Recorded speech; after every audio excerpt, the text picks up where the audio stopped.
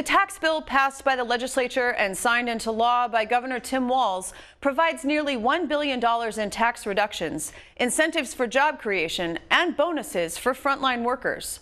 This week, I spoke with the Senate Tax Chair Carla Nelson about the bill.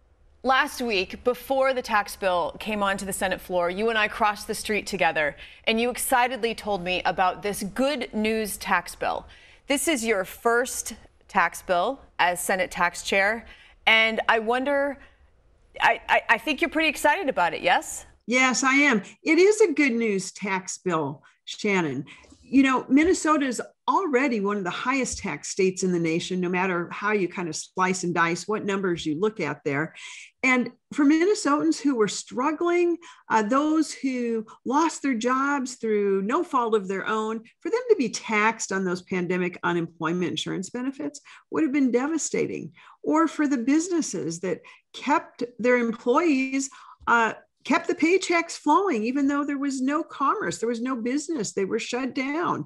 Yet for those employees not to be taxed then on those forgiven PPP loans would have been devastating. So the fact that we were able to successfully get this bill across the finish line that does not tax those benefits that really were lifelines sent to Minnesotans was a huge win for Minnesotans. And I am very excited about that. And then there's all the other good things that are in the tax bill too.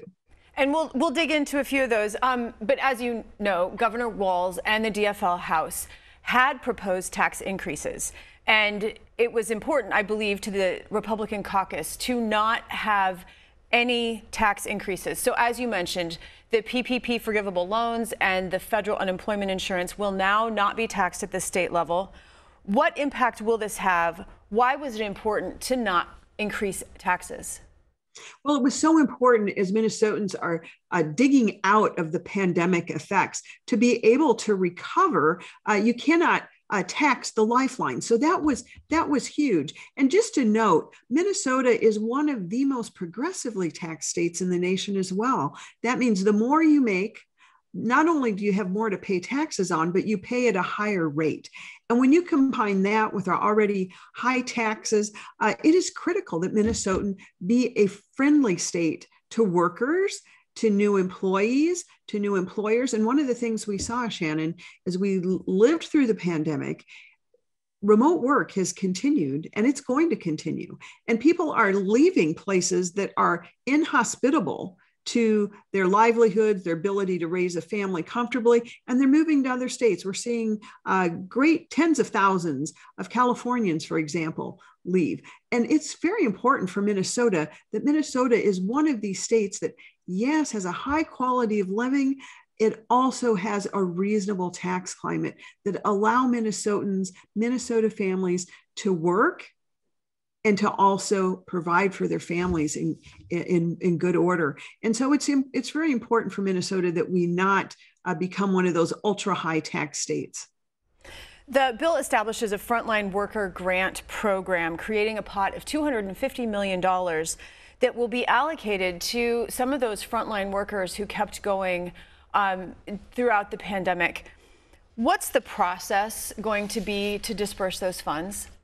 Yes, these funds are so important. And I just want to mention, Shannon, that in my district, I had a number of frontline workers and I talked with them and their families all throughout the pandemic, virtually, of course. And the stress and the added expense of working with COVID patients, working in the emergency services, all of those type of things put them at great risk, and the extra lengths they had to go to try and protect their families. Some didn't go home. Some stayed in hotels, not wanting to bring the virus home. We just knew so little about the virus at that time.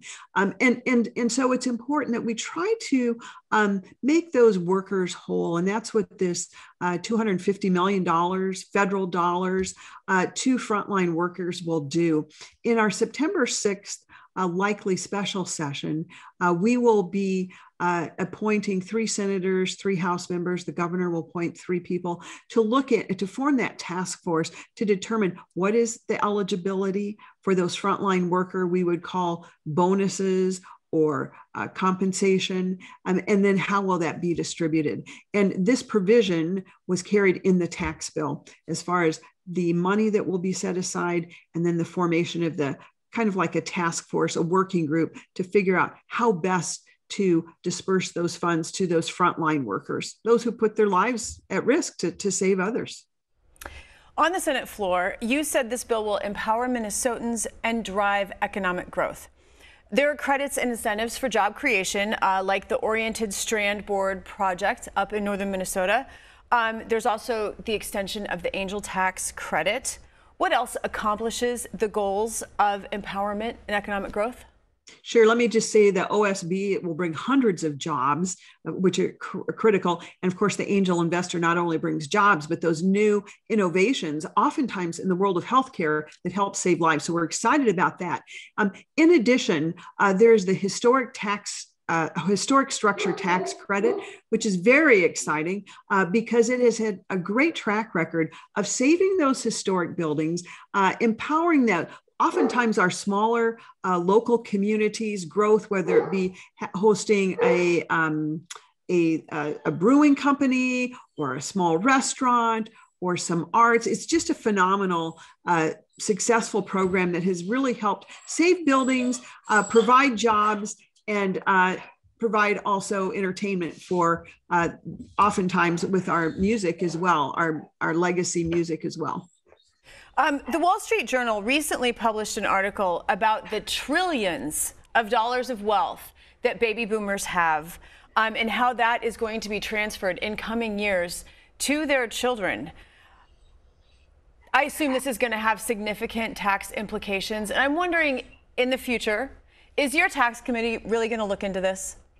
Oh, we most definitely will, because there is a generational shift in wealth coming. The baby boomers being the largest prior to the millennials, and great wealth there. And there will be a transfer of that wealth. It's very important that Minnesota be a state that, number one, baby boomers will retire in. We see far too many baby boomers leaving our state because, as oftentimes their CPAs note, we know your heart is in Minnesota, you love Minnesota, but if you're just looking at the numbers, you really can't afford to retire in Minnesota. But if you even could afford to retire in Minnesota, you certainly can't afford to die in Minnesota. And that's because we tax Social Security. Most states do not.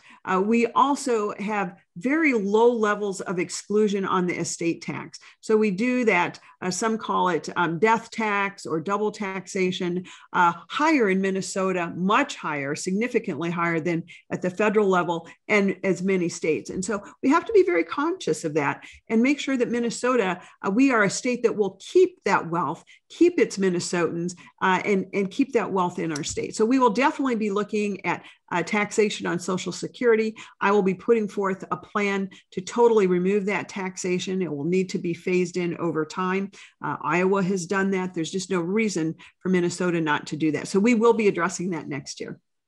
Senator Carla Nelson, I want to thank you for your time today. Thank you so much, Shannon.